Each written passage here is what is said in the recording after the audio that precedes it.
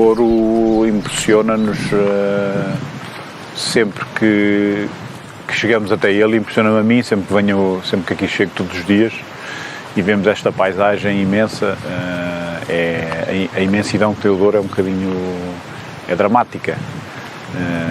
O Douro é o rio, é os vales, os milhares de vales que existem, é o xisto, as vinhas velhas, são as castas. São vinhas que se adaptaram a situações extremas. São vinhas que sobreviveram numa zona que não tinha sol à partida. O sol foi criado pela mão dos homens. O sol não existia. O Douro é um monte de pedras de xisto. O sol é sempre uma conquista feita pelo homem à montanha. Foi criado, foi sendo feito. O Douro também é uma região de extremos, de muito calor no verão, de muito frio no inverno, de meses com nevoeiro sem fim. O Douro também é isso, são esses extremos, e eu julgo que são esses extremos também que contribuem para as características do vinho. O Douro é isso tudo, mas é também as gentes que aqui tiveram, que aqui sempre tiveram, que nunca saíram daqui, que trabalham aqui todos os dias, que ficaram gerações e gerações a tomar conta das vinhas, e muitas das vezes o valor acrescentado não é aqui que fica, sai, e é para as casas vindo do Porto, que estão fora, que estão no Porto, vão para outras regiões. É agentes que aqui trabalham, é o Sr. Diamantino, o tanoeiro, que aprendeu a profissão do seu pai, que fez os tonéis para mim, que trabalha à moda antiga, que tem uma profissão que provavelmente vai acabar, ou pelo menos ele não vai passar a mais ninguém, porque mais ninguém está interessado em aprendê-lo. Que ainda faz as contas à moda antiga para calcular o que é o tamanho de um balseiro ou de um tonel, faz as coisas como eram feitas há mais de 100 anos. É a Manuela Barriguda, a padeira de Pavaios, que está todos os dias a atender a massa na sua maneira particular, que herdou a sabedoria do seu pai, da sua mãe, que aprendeu da sua mãe a fazer o pão. É a Dona Lucília, que tem umas uvas brancas fantásticas, que preserva a vinha em memória do marido que morreu há 18 anos, uma senhora que tem 83 anos e que ainda vai todos os dias à vinha trabalhar a vinha. O Sr. Asdrúbal, na Meda, que além das vinhas tem as hortas, que vai vender os legumes ao mercado. Toda essa gente faz parte do Douro e é essa gente que mantém o Douro. E são eles que todos os dias trabalham as vinhas, que nos permitem a nós depois fazer os vinhos. As vinhas são vinhas, na sua grande maioria, vinhas muito velhas. As vinhas velhas nem sempre são as mais bonitas, têm troncos retorcidos, nem sempre muito imponentes. Esperamos sempre que tenham troncos muito grossos, mas na verdade não têm. São vinhas quase raquíticas. A fruta é sempre menos exuberante. São vinhos que são um bocadinho mais discretos. São vinhos que nós temos que ir buscar ao copo, não é o vinho que vem ter connosco. É isso que eu procuro nos vinhos, é isso que eu gosto nos vinhos. São os vinhos que não se dão imediatamente. Dão-nos vinhos que muitas vezes são complexos e até difíceis de descrever. Muitas vezes o vocabulário normalmente utilizado para descrever um vinho não o podemos aplicar numa vinha velha. São vinhos um bocadinho mais misteriosos, menos dados, que nos obrigam a ir mais ao encontro do vinho. Esse trabalho que é feito na vinha, quando chega à adega, nós temos uma aproximação que é um bocadinho, que eu diria, mais filosófica, menos interventiva. Com o passar dos anos, somos muito mais, eu pelo menos sou muito mais observador do que uma pessoa que intervém. Eu acho que a questão filosófica dos vinhos é o mais importante, que é pensar o vinho, pensar o que é que podemos fazer com estas uvas, respeitar um bocadinho a vinha e a uva que vem, porque nem sempre podemos fazer aquilo que nós queremos, fazemos aquilo que a uva nos deixa fazer. E daí o trabalho na adega é um trabalho muito contemplativo, muito de observação, muito de deixar andar, controlar, mas não fazer também é uma decisão, também é uma técnica. Não intervir é uma forma de intervenção também, é uma forma de controlar o vinho de uma certa maneira. depois de todos os vinhos arrumados, seguimos cada vez com mais dúvidas e com menos certezas. A filosofia é de criar vinhos que mostrem a vinha de onde vêm, que mostrem esta região agreste de onde vem, que mostrem agentes que trabalham esta terra, que mostrem os solos de uma forma crua. São vinhos que não têm maquiagem. Tentam ser o mais honestos possíveis, que não têm que ser perfeitos, têm que mostrar de onde vêm. E isso para mim é o mais importante. Daí o nome cru. Cru para mostrar vinhos que não têm intervenção, vinhos que não têm maquiagem, para colocar o Douro numa garrafa. É se calhar uma ambição grande demais, porque o Douro não se pode colocar numa garrafa, mas é a nossa intenção.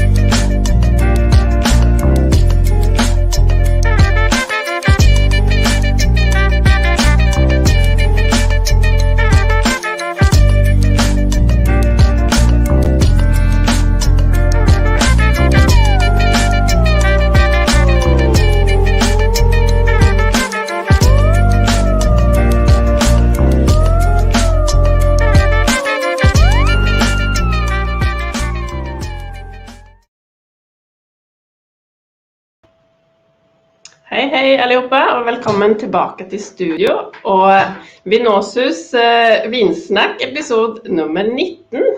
Idag har jag med mig Daniel i Vinarius i studio. Hej Daniel. God dag. Går det fint med dig? Här går det bara bra, vet du. Gleder mig. Väldigt bra. Ja, de allra flesta har väl egentligen fått med sig vad det är vi ska snacka om idag och vem vi ska möta, sedan vi visade den väldigt flotta videon från Douro och Luis Seabra. Luis Seabra, welcome to the studio. Hello everyone. How are you doing? Very good. And you? Perfect. How is the weather in Portugal and in Douro where you are? Well, I'm in Porto right now, not in the Douro Valley, but in Porto it's 27 degrees sunshine. In Douro it's probably 35 or more. It starts to be hot. Yeah, we actually have quite a bit of a summer here also. So we have 25 and sunny. So I'm very happy that we have a lot of people watching today anyway. I would love for you to start. I mean, we saw the video, fantastic video, by the way, really nice photo. Yeah, well, it was done by a great artist that I met a couple of years ago. He spent years living in India, recording people in Amazonia, and he have really a very interesting work. Actually, on my website that is not working yet, all the pictures are from him. Really a very talented man. Yeah, I totally agree. But I would love for you to, even though we had a nice introduction, for you to tell us a little bit about who you are and how you ended up where you are. Ooh, that's a long story. No, I'm well. I actually, all my family come from Africa. I lived many years, all my youth, in near Lisbon, in Cascais. My father is from the Douro Valley. My mother is from around Lisbon. So at the young age, the connection I had with Douro was summer vacation, drive along up with all the family, spending a few weeks in summer there, but never related specifically to vineyards or wines. My grandfather had vineyards and worked for other people's wineries, so always related with the port wine, but it was not really a connection for me. I think my connection with wine started at the age of 14 when I started drinking. So I'm coming from a big family. We are 6 in total, brothers and sisters. And in theory, by the age of 16, we would be allowed to drink. In my case, maybe I start a little bit earlier because they found that, so many, we could taste, but we could never drink as a child. But at the age of 16, I was able to have a little bit of wine in the glass. And from then on, I think I always tell that my connection with wine started with consumption, drinking. And I found very interesting in the beginning, all the time that my father would spend around a bottle of wine to decant to choose the right wine for the meal. And was not only the wine, but the gathering around the wine on the big Sunday family lunch. So that was the spirit that connected me with the wine. So when I went to study, actually, I didn't study any winemaking. I studied viticulture. I studied agronomy because I knew I didn't want to be closed inside of the office. Unfortunately, today I spend a lot of time in the office with paperwork, but that's not the part I like. So I studied viticulture. I always work with vineyards and wines. And when I left the university, I started immediately working in wines, in wines and vineyards. At the university, I teach at university while I was studying some classes of biology and things related with plants. Yeah. Then I worked in investigation with the Portuguese government, agriculture minister, doing investigation, connecting rootstocks with different varieties and with different soils to see the result. I work in a cooperative. I done consulting to other companies. So I work for a consulting company. I spent maybe 8-9 years at Niepoort working in the Douro Valley. And then I left in 2012 to start my own project. So I'm working on my wine since 2013. Wow. Yeah, I think that was a good choice. We all know that your wines are really awesome. Well, thank you. Maybe you could also explain a little bit about where you are in the Douro and where you source your grapes and... Well, the Douro Valley, it's huge. And actually, I'm not in a specific place in the Douro Valley. Well, you have the picture here of one of the vineyards for Xisco Red. This is Erva do Douro. It's a north-facing vineyard, very high in altitude. But actually, I have different parcels spread all over the Douro, starting in Cima Corgo, very near Régua, going along to Douro Superior to Meda. So actually, the winery where I am now, I take 1 hour and a half drive for the white wine vineyards areas. So actually, I'm spread a little bit all over the Douro, and that's what allows me to do vinifying wines with different soils, from different different terroirs, and then I can have different results. So actually, I don't have normally in Douro, someone have a property, we call it quinta. What I have, it's different parcels. So this is also a parcel of Xisco Red. So it's a parcel. It's the parcel that see the Douro, and you can see by the picture the altitude of the vineyards. So in the Douro Valley, everyone thinks that you have only schist soils, but you also have granite on the outskirts of the region. But you have different kind of schist that actually many of them are slates, not schist. So we work mainly with 3 different kind of slates. You have the mica slate, you have the blue slate, and the yellow slate. That's what we have, and those give different wines. So could you tell me what is actually the difference between schist and slate? Because we use them interchangeable, and you say it's not the same.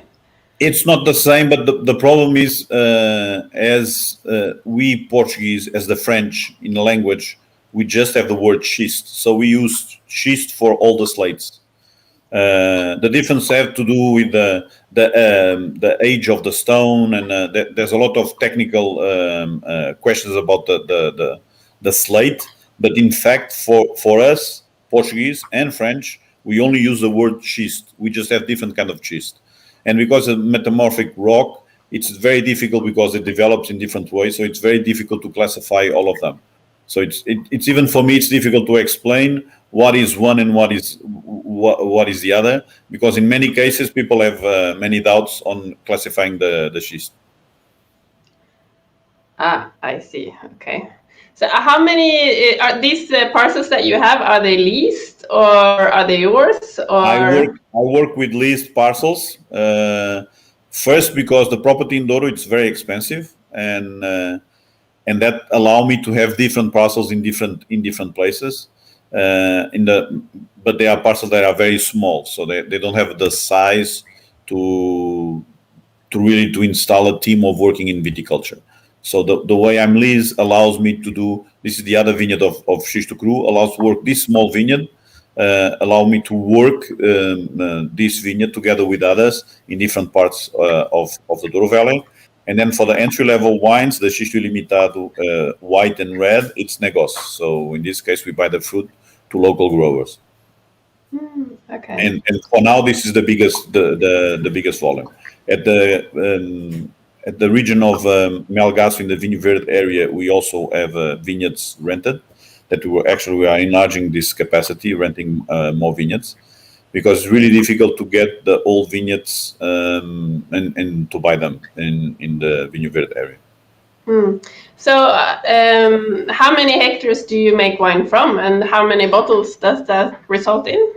Well, we do now would be arriving to 100,000 bottles, more or less. So probably 80,000 bottles will be from negócio, would be the Xisto Ilimitado white and red, and all the others combined, that will be the 25,000 bottles, max 30,000 bottles, done from more or less almost 6 hectares in the Douro Valley.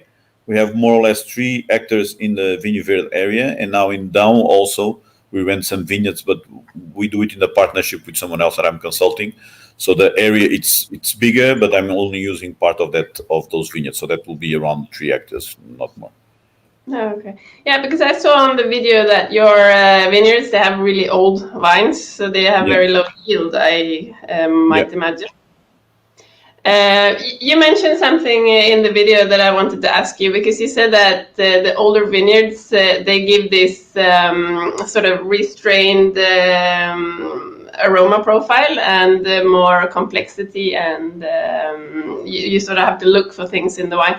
How old do you think that the wines have to be to turn into this? Well, this is not. It's not a rule.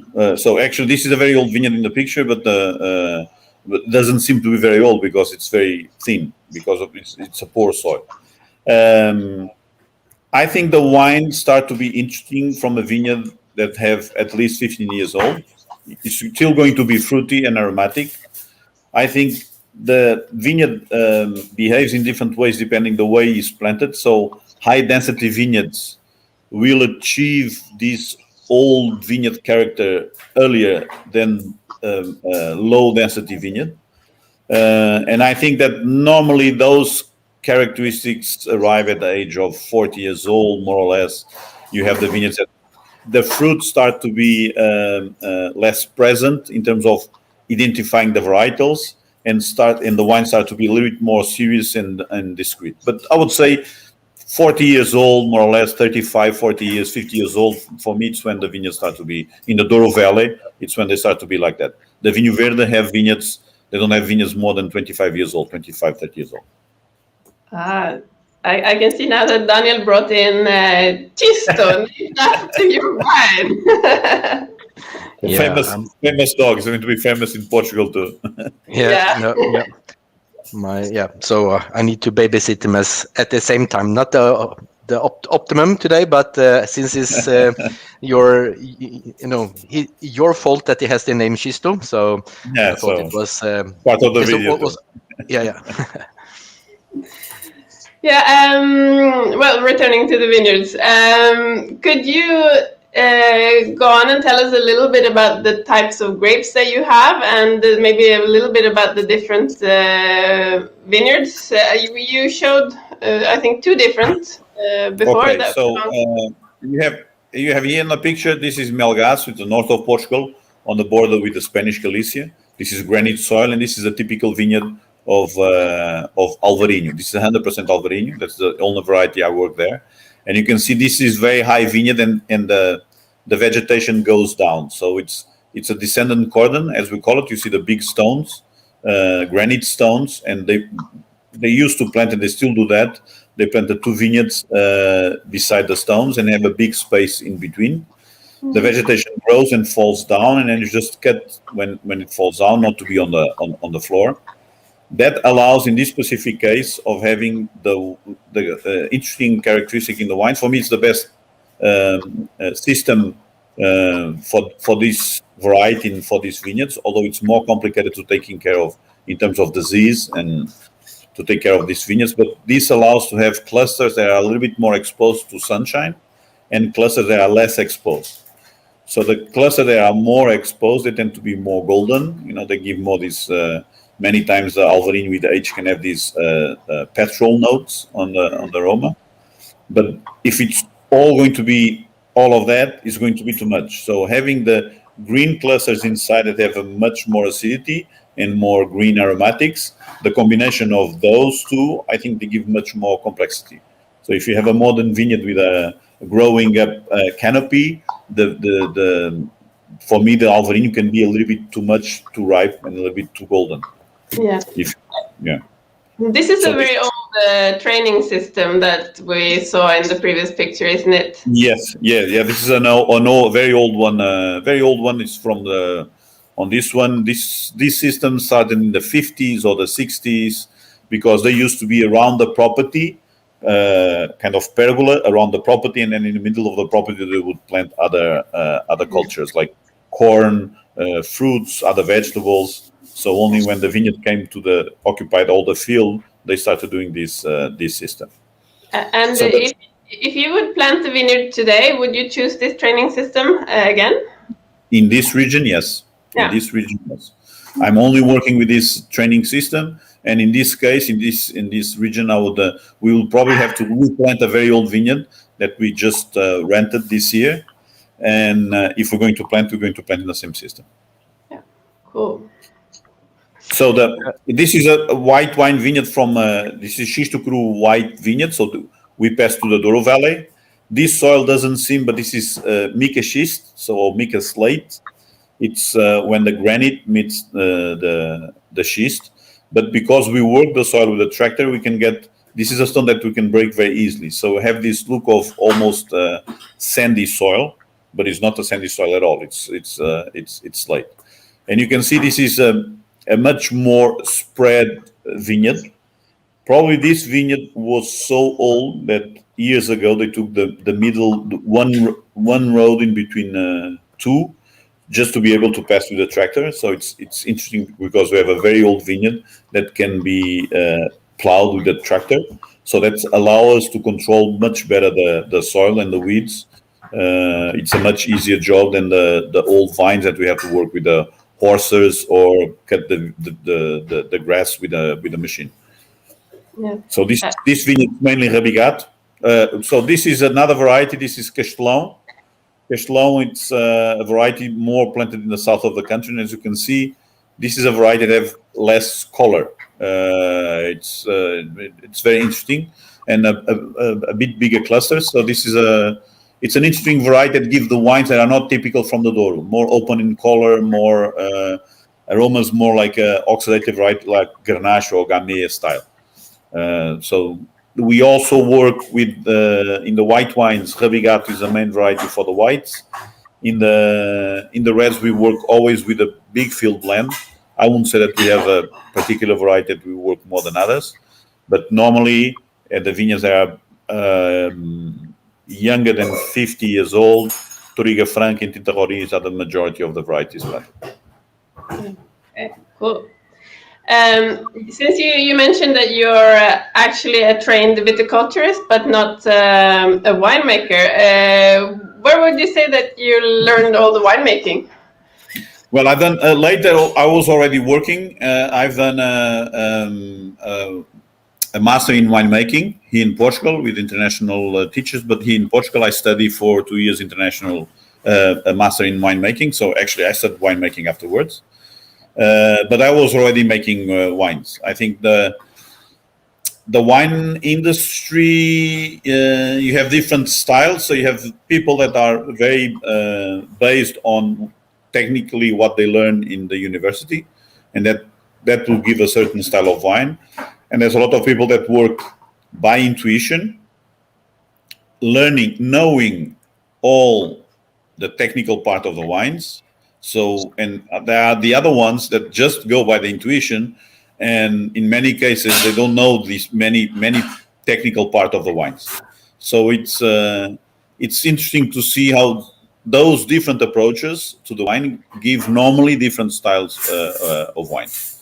So as anyone, I start working after the university, doing the wines, but not being influenced by the winemaking school, all the products. So I start learning by the practice on the winemaking, and I was very curious about the winemaking anyway. And only afterwards, I've studied the winemaking. So when I've studied the winemaking, I was already doing the wines. So eventually, all the technical parts and all the products that you want, or they say that you have to add to the wines, I already knew that you really don't need them to do the wines. So eventually, I was less influenced because the winemaking appeared to me much later in my career. So I was already doing wines. And then, well, you learn with everyone actually, and normally you learn a lot with if you visit other producers, you learn a lot with other producers when you talk with them and you make them questions. And it's very interesting to see the way that our brain think to get to an objective, because even if the final result is wrong or it's not what you want, it's much more interesting what you thought and what you're trying to do to arrive to an objective. So visiting other producers, I think it's very interesting to learn their philosophy and way of thinking about wines. Yeah, cool.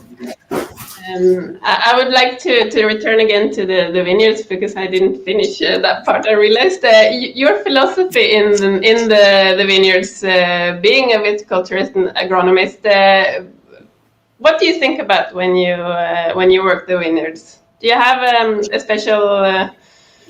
No, I don't think. Well, one of the things is, to be honest, I don't think our viticulture is still at the level that should be, because when we have small parcels, we contract people to come to work. So we don't have fixed workers to work the vineyards because they are too small. I don't have a structure for that.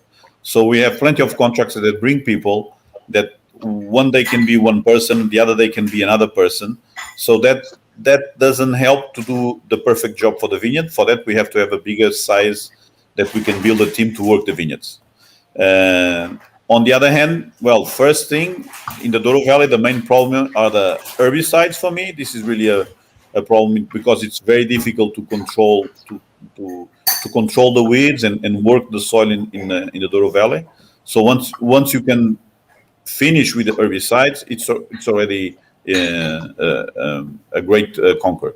So as you see here, this is the same vineyard, the white vineyard of Cru that you saw the picture in this in the winter. This is during the harvest.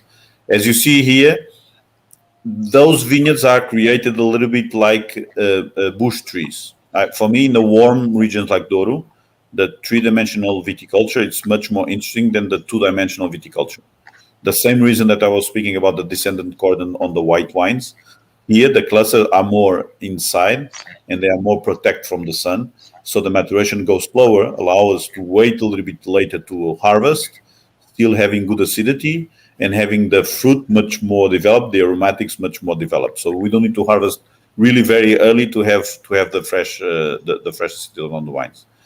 Well, this is Vinho Verde harvest, so it's Alvarinho.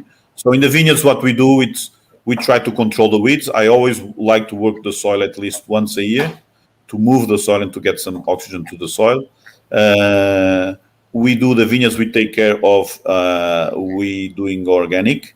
So as you see, this is a Douro vineyard that we also work the soil. So the same thing you see on one side, you see on the other, a white wine vineyard for Xixi Limitado. Yeah. And then the treatments, we try to do everything organic. In the Vinho Verde, it's a region that is a little bit complicated in terms of humidity. So sometimes we have to treat against the mildew with products that are not organic. We have to do, we cannot manage, or at least I cannot manage yet, because you need to be there all the time, and it's very difficult to do to control the humidity that you have in the vineyard. In the Douro Valley, it's very simple. It's sulfur and copper and a few more products, and you can control the diseases. That's not a big problem. Yeah. Another thing is we don't tend to take any leaves out to expose for the maturation. I think we have sun enough, and we normally don't need to do green harvest in any of the regions. And all the grass that you had on the picture from the Vino Verde is because of the competition that you want, or? Well, even if we don't want competition, it's always there. There's a lot of water, and that grows very fast. We always have to cut that several times a year. But for sure, there it's less stress having the grass like it is in Douro. But you have to imagine in those soils, in these soils is not a big problem, because you have a good amount of organic matter. So they are deep soils and a little bit richer soils. But it's more difficult to control the hydric stress on granite soils than on the schist soils of the Douro, because the granite soils tend to be very poor, and the roots are more difficult to go very deep in the soil if you have a hard stone at the surface. While on the schist, when it collects vertically, the roots can go deep into the soil, and they can resist much better to the water stress. And when you work with old vines, they are really well established, and normally they don't suffer with the hydric stress. But there is competition in between the grass that you don't have it in the Vinho Verde at this stage, at this moment. And the grapes that you have in the Douro, how much heat do they tolerate before they start to suffer and close down the photosynthesis? Well, that's a study that you have to do, because each vineyard will be a different thing. As we work with high altitude vineyards and cooler vineyards, I think they would not close the stomas and they stop working that soon. But actually, it's interesting, because everyone in the viticulture, in the wine world, knows Richard Smart was he's still alive, a very famous Australian viticulturalist that done a very interesting book on managing viticulture. And on his studies, he studied the strength that the plant have to do to take out water from the soil. And he determined that after a certain value, the plant cannot survive and is going to die. The same plants in the Douro, they all can reach much further that number, because they adapt to the system. So the study we do in one specific place, it doesn't apply necessarily to another place. So in the warm areas of the Douro, especially on the slopes that are a little bit down and very exposed, yes, there's a problem that the stomas of the plant, where you have the gas exchange, can close down, meaning the plant shuts down and doesn't work anymore. So in a warm year, in a very hot year, the south-facing vineyard can be lower in maturation than the north-facing vineyard, because the south-facing vineyard was shutting down all the time. So you may harvest first the north-facing vineyard, that is a cooler area, and only later the south-facing vineyard. But in Douro, you have so many different slopes that each vineyard is a different case, and in the same vineyard, you can have north-facing and south-facing.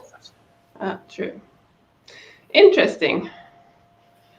Could you tell us a little bit about how you make the wines also, like the philosophy behind the winemaking? Well, the winemaking, it's as I said in the video, it's much more observing, and with the years you learn that you need to relax a little bit more. I don't think this is only with wines. I think it's with everything in life. You don't try so much, you don't make so much effort, and I think this is better. And I think you learn this with age and anything in life, that everything goes slowly and smoothly if you don't do too much effort. If you do a lot of effort, maybe it can be too much. So what we do, the white wines, we press them as quickly as possible. We don't do any skin contact normally. We decant the juice of pressing 1 or 2 days, cold temperature, and then we put it fermented. And not most of the wines, the big majority of the wines, ferment in wood. So Shisto Cru white in barrels, Burgundy size, exactly those ones that you're seeing there.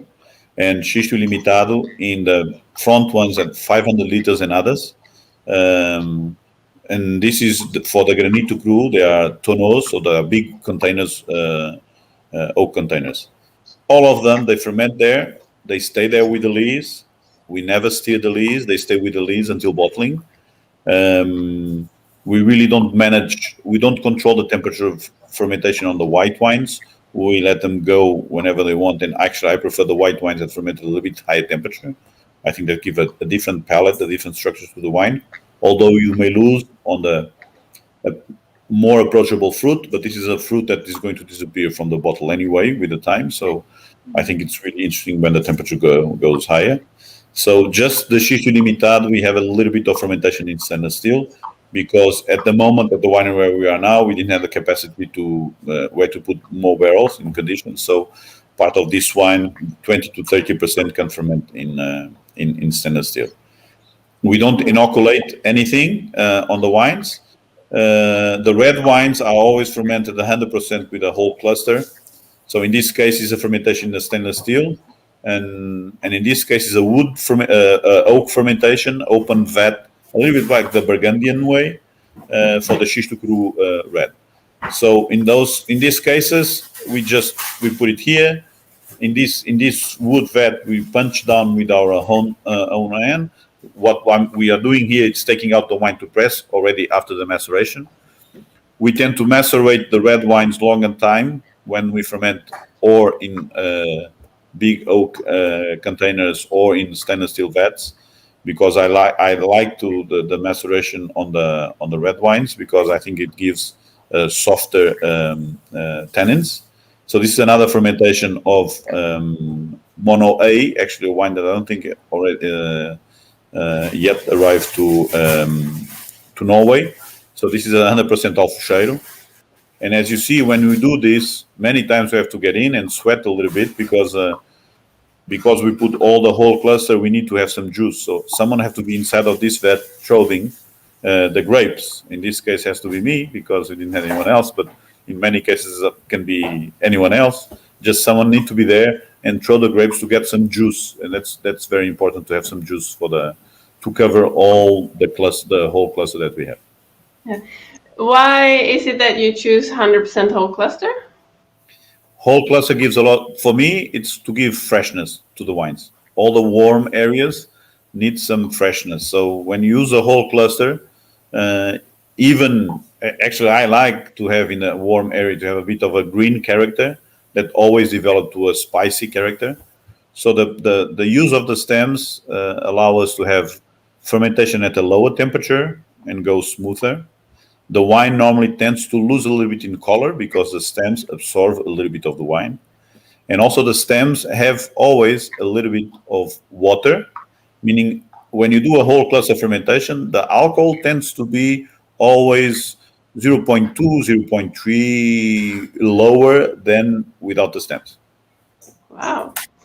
But I'm curious. I was taught that when you have a lot of stems, there will be a little bit lower acidity, and you say it's vice versa. I'm confused. Could you clarify? Well, the sensation of freshness doesn't have to do with the pH. The stems, for sure, they don't give a lower pH or a high acidity. But in this case, in very poor vineyards like the Douro Valley, the soils are not very rich in potassium, and the big problem is when you do a lot of intervention in the soils and you add a lot of potassium, that's exactly when the stems change a lot the final pH.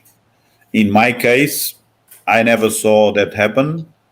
Comparing with or without, the change is always a little bit, but this is as the same as we pick the same fruit and put in two different vats fermenting, the final numbers are not going to be exactly the same. But it doesn't change that much the pH of the stems. It may change more on the white wines, and the press on the white wines, it may change more because normally you have more potassium.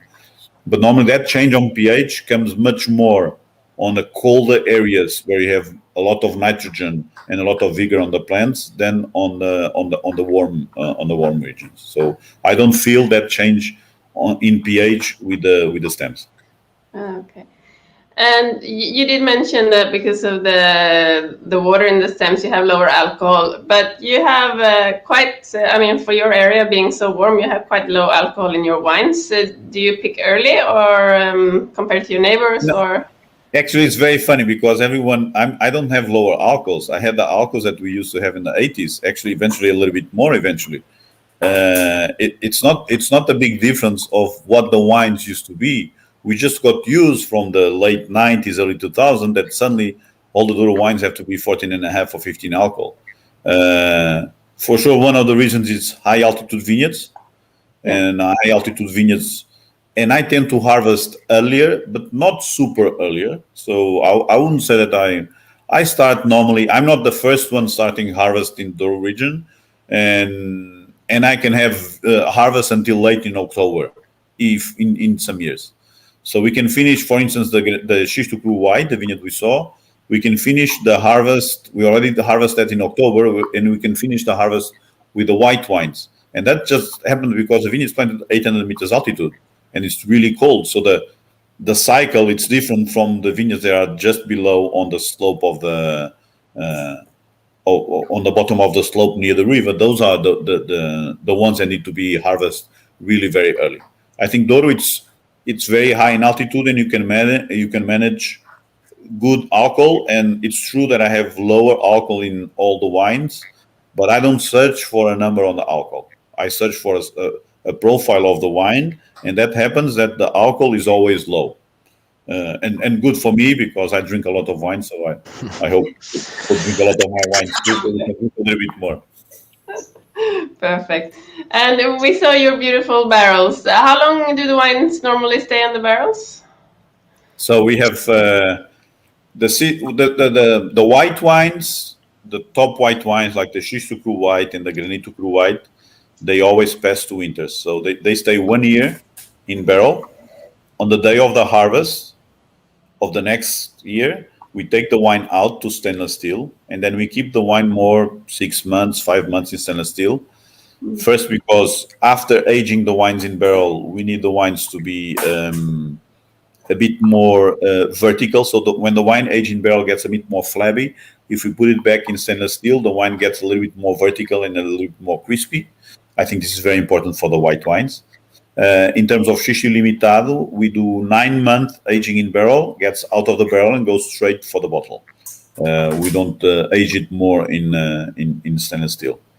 They always stay with the lees. On the red wines, I would say minimum 1 year for the Xiste Limitado. That can be 14. Normally it's 14 months, 14 to 15 months, and then depends on there's not a rule for the red wines, but the aging could be something in between 14 and until 22 months in barrel. So never arrive to the 2 years. But I think the time in the wines gives some good stability to the wine. All kind of stability of the color, of the tannins, of the flavors, protein stability, all kind of stability. So when you put the wine in bottle, it's in much better conditions, and you don't need to do so much intervention. You just really need to put it in the bottle, and that's it. Yeah. I think the time does a lot to the wines. Is it purely by taste that you decide if it's going to be 15 months or 20 months? Not only. Sometimes it's logistic. For instance, we are moving the winery this year for another winery, and we are forced to take some wines earlier. And actually, this year, for the first time, Xiste Cru White is going to be bottled without a second winter, because I don't want to be traveling with the wine bulk to another place. I prefer to put them in bottle and travel in bottle to another place. Okay. Yeah, that makes sense. Yeah, but in some cases you can have some logistical problems. You imagine too many barrels or something that you decide, okay, this is ready to take out, but then it's in the end stay 1 or 2 months more because logistically you cannot manage. But normally that decision is taste. We got a question here from Trond, who's watching, and he was asking about the white Xiste Limitado and Xiste Cru. And the drinking window, you explained before that you think that some of the primary aromas anyway disappear when you make the wine, so you can keep them. How long would you keep them? Well, I only have 2013. I think they can age a lot. And actually, recently we had a dinner in Lisbon with my wines, and it's very good to go back and to taste the first years. I think now the first years are really giving the pleasure to drink. I would say that easily the white wines, I depend on also the taste, the personal taste. I think the white wine's 20 years old, if you like all the whites. But easily, I think that the 2013 Granito Cru and the 14 Xisto Cru are really tasting very nicely now. So I would say 20 years. Normally, the window for the white wines, you say 10 years. You don't say more than that. But I think that is really the goal. And since the first year of Xisto Limitado, really the 16 is behaving very well. I would say easily you can keep that for 10 years. But I really don't have the experience. I need to have all the bottles to open and to show. That's my belief, but it's not what I don't know. But I think they can keep very well. First, because the wines get a lot of oxygen in the beginning. They get a lot, the juice get oxygen, the fermentation, we don't take much care about the oxygen. We have a little bit of an oxidation. So the wines tend to be much more stable when they go. So that when they go to the bottle, they seem a little bit older, but with the age, they don't change that much. So I think they are made in the intention to age. That's for sure. Yeah. So you personally like to drink aged wines? I do. Yeah. Very much. And if you go through the red ones while we're at the subject, the aging potential there? Well, that depends on the wines. I would say they all tend, especially the Douro wines, when they have, because they have I think important for the wines to age, it's acidity and tannins and good structure. So I think this is the combination that when you have a red wine, it can age. Then you have ones better than others. In the case of, I think the wine that is more approachable, it's probably the Monocida Castelão, because it's a more round variety. Would be very interesting to see how this wine age.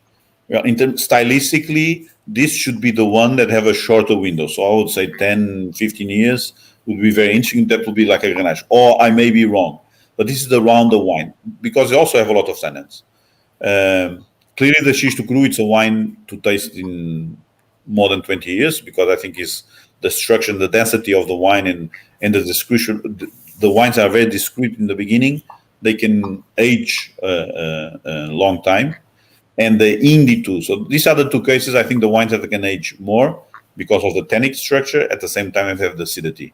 I think those wines in the beginning, many people don't understand them and may be difficult for many consumers. But I think when people taste those wines after 4 or 5 years, they start to understand the wine. But I think, and we have the experience of old Portuguese wines. We drink wines from the 60s that are amazing. They are really very good. I think they have everything to age 20 and more years. But again, it's the same problem. We need to have the experience for that. Yeah, we have to be patient and keep the wine in the cellar. I'm not that patient. That's a problem. I have that problem too. Would you say that you have big vintage variation? Yes, in Douro, yes. In Douro, it's difficult to. This style of the style that you were describing of lower alcohol and high freshness, they are very difficult to do in a certain years. Yeah, 2017 that the wines are good, but for the first time we finished the harvest in the 31st of August. I don't know how those wines are going to age. Actually, we are now still with the Xisto Cru Red 17 that is showing very, very well, and the wine doesn't show a warm year that it was. But I was there doing the harvest, and it was a complicated year. We have 14 that was a cold year with a lot of rain, and normally the locals say that is a bad year. I think is a great year that is going to age marvelously. I have previous experience working at Niepoort. I always defend 2008 year because it was a very cold year and all the wines were very fresh and lighter. But recently, tasting these wines blindly, 2007, that was a warm year, have a much better tannic structure and is holding much better than 2008.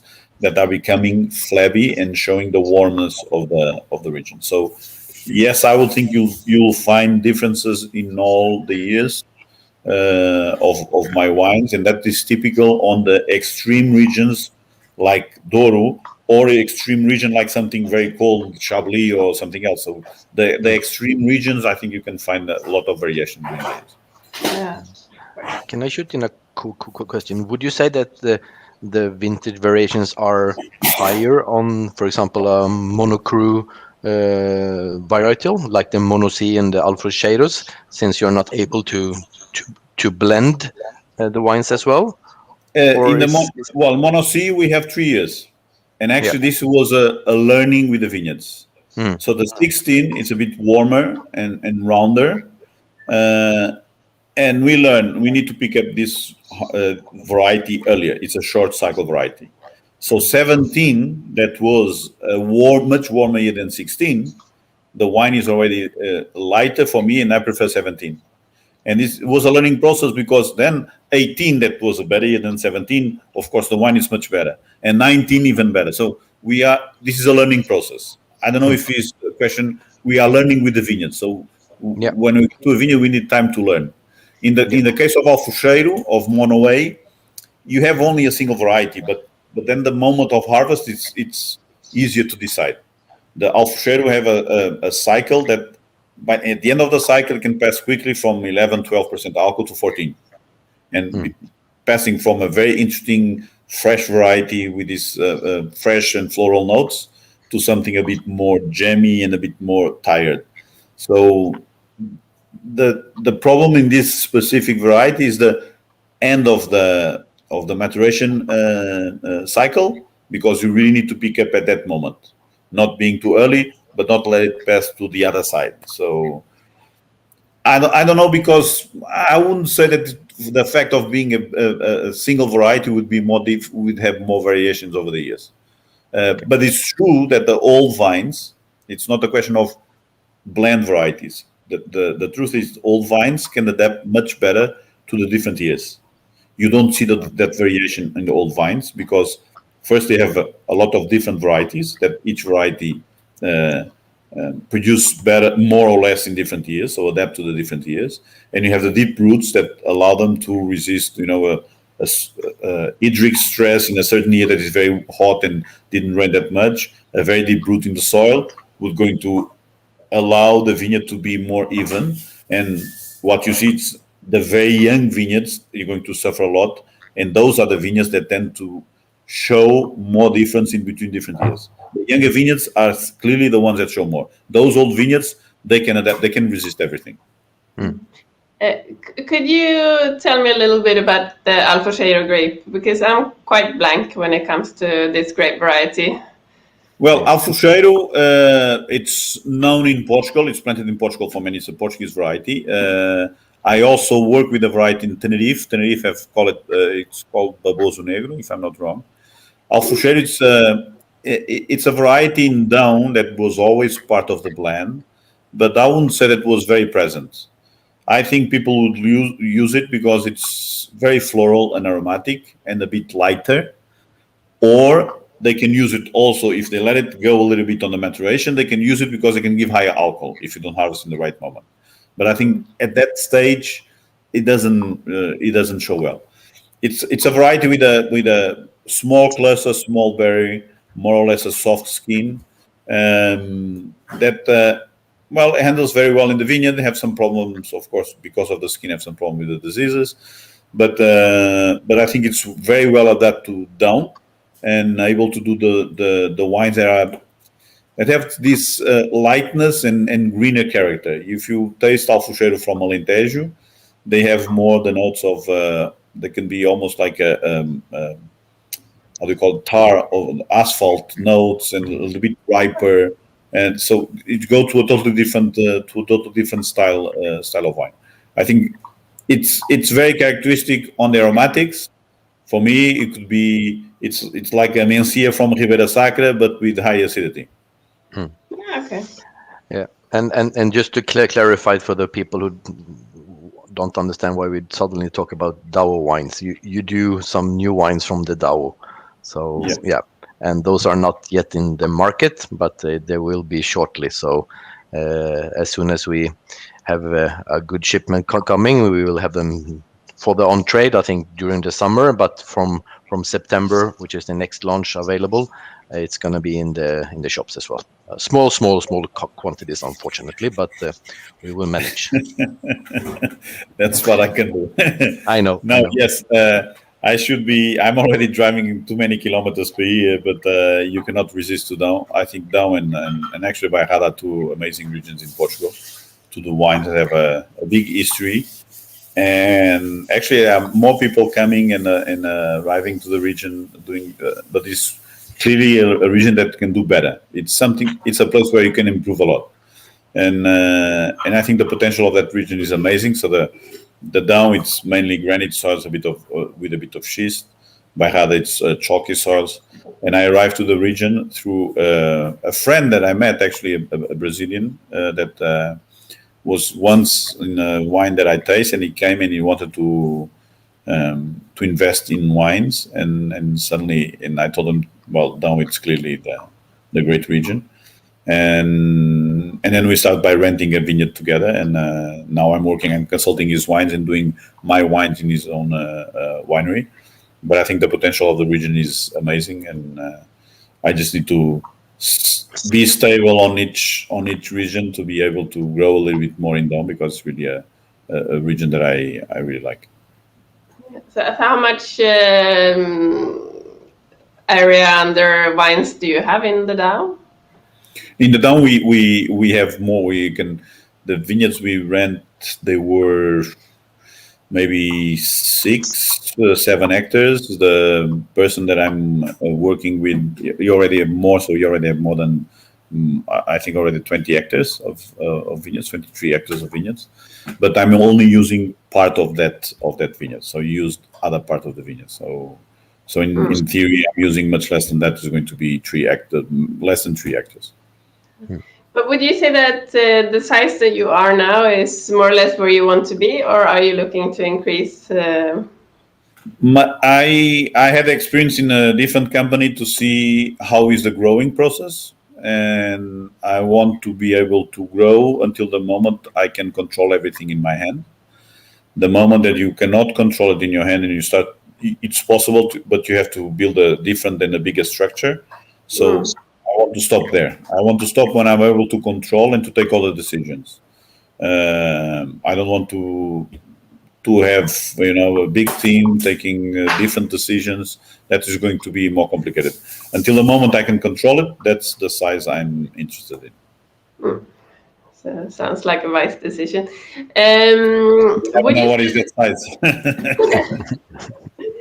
Would you say that since you started, do you see a lot of change in the weather that can be tied to the global warming, or?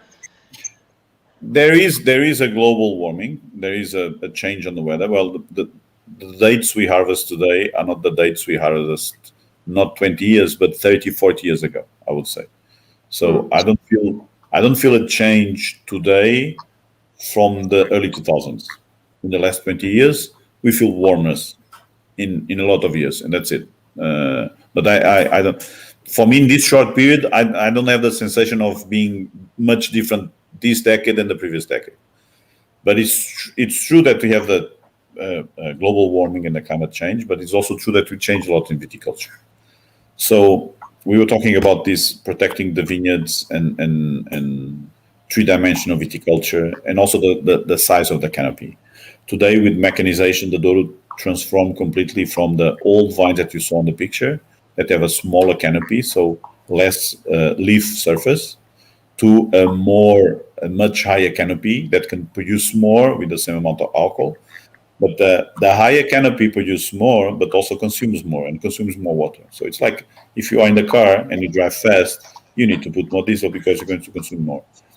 I think that change, it's changing more the wines in the Douro Valley than the climate change, the change of the viticulture. The need to, but you have the need to mechanize all the work, and you have that need. But I think this is it's really something that we should adapt viticulture. We've been so good on improving viticulture that maybe we were too good, and we need to give a step back and have smaller vineyards, eventually with a little bit more disease problems, but more trees that can protect the grapes. Cool. You have, since you're now in 3 regions, they're quite different. I would say. What would be the difference in the mean temperature in Douro and where you are growing in Douro? Completely different. Douro, it's high altitude vineyards, so the cycle will be very cold in the winter, like the Douro is, but the cold, the Douro, probably the cold will stay a little bit longer in Douro. That's some risk of frost because we are at the high altitude of the Douro area. We are in Serra da Estrela, so we're very near Gouveia. It's a bit high altitude. We have vineyards 500 meters, could be even more, but in the cold climate protected by the mountain, so there you can have a bit of risk of frost. Well, actually here this is one of the vineyards, although here you cannot see the mountain. But then in the summer in the Douro will start hotter and drier earlier, but then by the September, August is going to be already very hot in Douro too. So it's kind of, they both achieve higher temperature and lower temperature, but in different phases in the year. So the warmness will start later in the Douro area, but will achieve the same temperature later in the season in August, while the Douro will start the summer a little bit earlier, and Douro will be a little bit drier, less rain, and that's for sure. Cool. I saw on the picture that we saw before that it's quite wide. How many vines do you have per hectare? That's a problem of the region of the Douro. They planted very wide to be able to pass with the tractor. So this is a vineyard that can have 4,600 plants per hectare, and you can see that easily a tractor will pass here in the middle.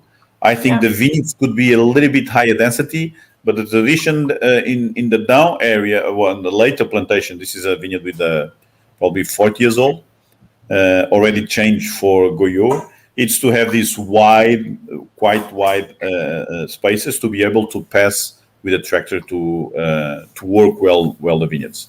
But yes, this could be more than 4,600 plants per hectare.